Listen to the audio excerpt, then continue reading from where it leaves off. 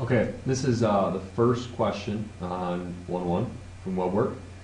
Okay, the first question wants us to, it gives us this equation and wants us to know if it's symmetric to the y-axis, x-axis, or origin. Now we have some tests for this and they're pretty straightforward. I went over them in the notes, but I'll go over them better here. I know this is a weird equation. I know it's not solved for y. You actually could solve this for y if you wanted to by subtracting x squared from both sides, dividing by -2, and then cube rooting both sides. And you can graph it on your graphing calculator or on Desmos. But you don't need to. We know that if it's symmetric about the y-axis, then the point xy would also be on the function over here as -xy. Okay? So those 2 points would be on there. So basically what you need to do is replace x with -x and see if you get y back. See if you get the original function. So if I replace x with -x, when I square the -x, it becomes just x squared. Because negative squared turned positive. So this is the original function back. So what that means is when I stick in -x, I get y back. So it passes the symmetry test for respect to the y-axis. So yes. Okay.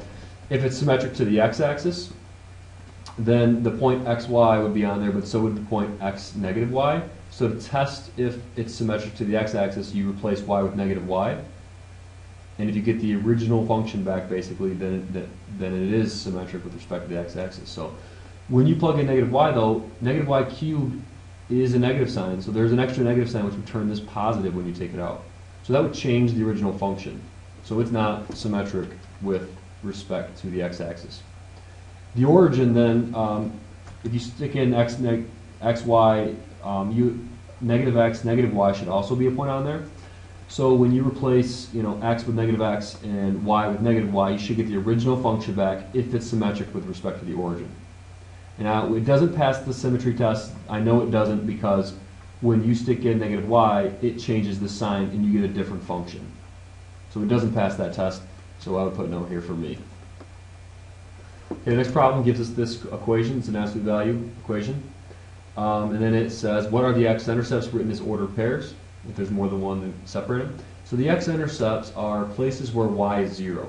So I'm going to plug in 0 for y, and I get -5 absolute value of x.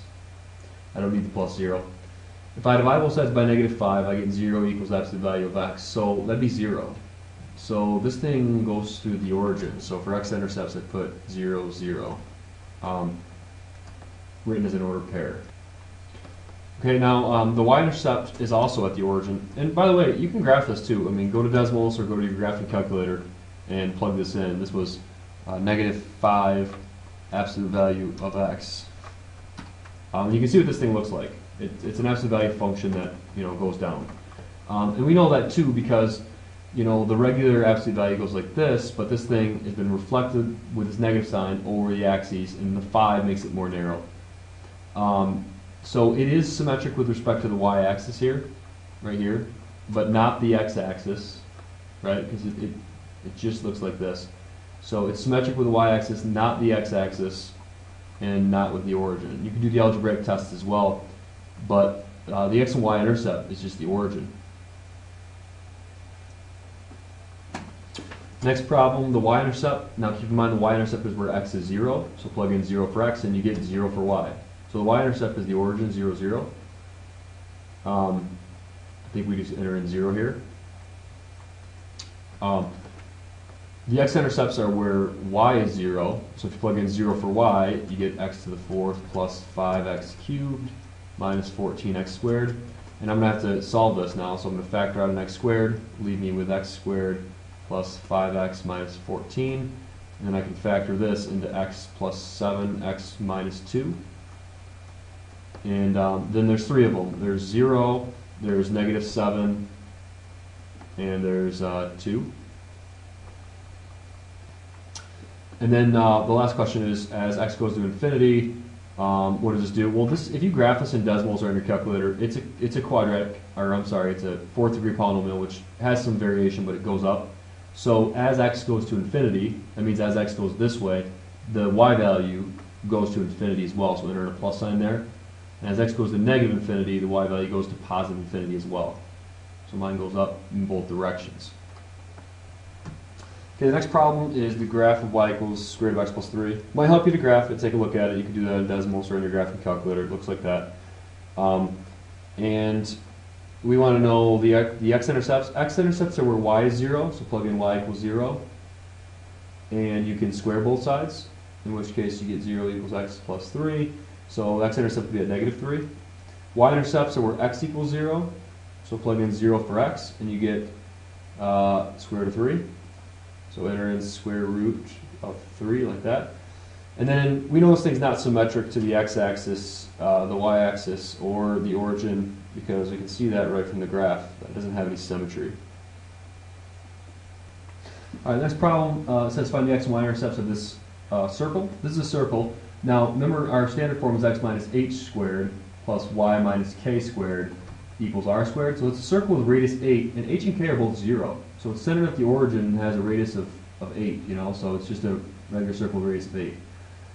So the x and y intercepts are easy to find. You know, the x intercepts are at negative 8 and 8, you know, here and here.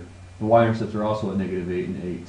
And once again, you can find those because the x-intercepts are where y is 0. So plug in 0 for y and you get x squared equals 64. Square root both sides, and that's where you get the negative and positive 8.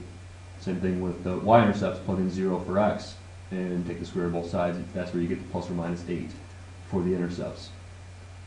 Okay, writing an equation of a circle with center here and passing through this point. Our equation is x minus h squared plus y minus k squared in our formula sheet. This is hk here.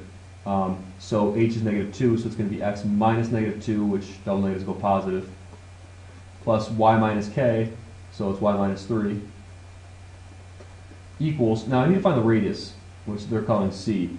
And to find that, I'm going to have to do distance formula between these 2 points.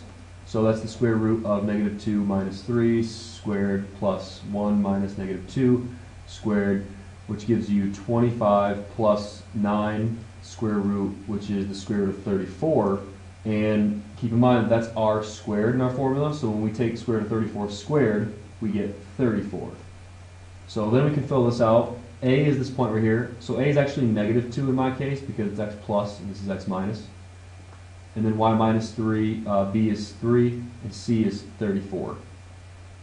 Okay, here's another one. X minus h plus y minus k squared equals, we have r squared, but they're calling that c. So to find this equation, the center is, there's hk, so I'm going to plug h in here, so it's x minus negative 3, which is x plus 3, and then y minus k squared equals the radius. Now, I need to find the radius again, and it says this is tangent to the y-axis, so if the center is at negative 1, 2, 3, 1, 2, 3, 4, and it's tangent to the y-axis, and the circle goes like this, so I can easily find that radius. It's the distance from negative 3 to the y-axis, which is just 3. So the radius is 3, but keep in mind this is r squared, so I need to put 9 here. So this should be 9, a should be negative 3, and b should be 4. Alright, another problem like that. This time they give us the endpoints of the diameter, so I need to find the center, hk. To do that, I'm going to use the midpoint formula, negative 7 plus 3 divided by 2, comma, 7 plus 0 divided by 2 is the midpoint formula. That gives me negative 4 over 2, which is negative 2, and it gives me 7 over 2, which is 3.5. So there's my center, hk, so I'm going to do negative 2 and 3.5. Now my radius is just half the diameter, so I'm going to find the distance between these 2 points, 0 minus negative 7 squared, plus 3 minus negative 7 squared. Square rooted is the distance formula, so that's 49 plus 100, so it's the square root of 149 for me. And actually, I need to divide that by 2, because that's I found the diameter by doing the distance. The radius is that divided by 2. All right, the next problem, I want you to pick which graph these two go with. So you have the first two have a positive x to the fourth, which are going to be these top two here because they open up. Positive opens up, that positive a value. So we just need to figure out which one's which. Well, if you graph the first one like in decimals or something, you'll see which one it is pretty easily. So this first one right here is B, which makes the second one A. We know these two both open down as well, so if you want to graph these, again, you can see, but this should be C, and this should be D then. All right, next one, same type of problem, but with parabolas. The first one's been shifted over 3 units, so we want to find one that you're adding 3 to x. That's number 2. The next one's been shifted over one to the right, so we want to find one where we're subtracting 1 from x. That's number 3. This one's been reflected down, so and it's been shifted over 1 to the left, so we want to add 1 to x, and then also have a negative sign, because that reciprocates it. This next one is moved over 3, and the only one left is D. Okay, the next question wants you to look at this data table and pick the function that matches this data table. You can just try these, try these x values in here and see if they give you the right y values. You can also type this in your calculator and take a look at your table.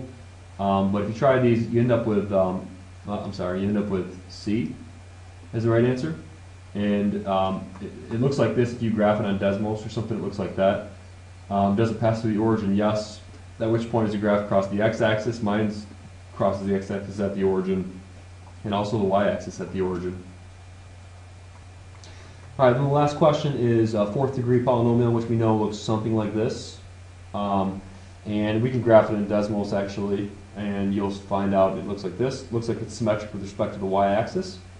And it is, if you go to do the symmetry tests that we have. If it's symmetric to the y-axis, then the point xy should be on there, and when you stick in negative x, you should get back the same y, so you should get back the same function. So stick in negative x, and you get y equals negative x to the 4th plus 14 times negative x squared. And we know even roots, or even powers, make negative signs go away. So it's going to be x to the 4th plus 14x squared. So you get the original function back. So it does pass the symmetry test for the y-axis, so I would say yes here. We know that it's not symmetric with respect to the x-axis and the origin, so we don't even have to test those. We can tell by looking at it.